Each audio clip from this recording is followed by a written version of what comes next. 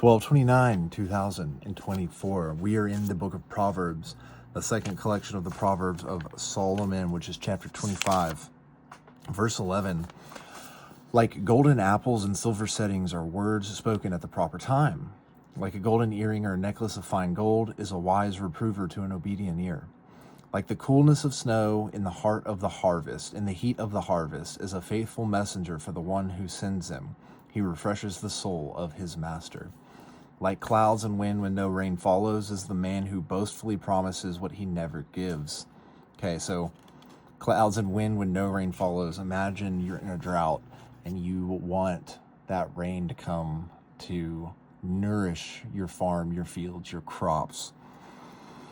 That's the same when no rain comes. After that is the same person who's very boastful, a braggart, and being a person who says they're going to do something but never follows through. Do not be like that. By patience is a ruler persuaded, and a soft tongue will break a bone. If you find honey, eat only what you need, lest you become glutted with it and vomit it up. Let your foot be seldom in your neighbor's house, lest he have more than enough of you and hate you. Speaks for itself. Like a club or a sword or a sharp arrow is the man who bears false witness against his neighbor. Like an infected tooth or an unsteady foot is dependence on faithless man in time of trouble. So these kind of go on until chapter 26, but it's saying like an unsteady foot or an infected tooth, it's not reliable. It's just like depending on someone who doesn't have faith, especially during troubled times, because people of faith, people who have spirituality, people who believe in this higher power, they're going to pray for you and they're going to seek the goodness of the outcome of whatever sacrifice and struggle you're going through at the time.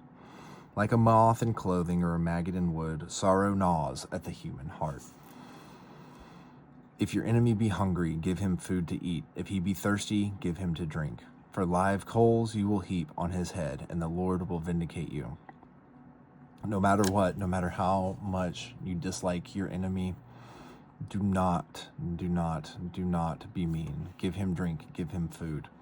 The north wind brings rain, give them prayer. The wind brings rain, and backbiting tongue and angry countenance. It is better to dwell in a corner of a housetop than a roomy house with a quarrelsome woman. We've heard that one a couple of times throughout Proverbs. Like cool water to one faint from thirst is good news from a far country.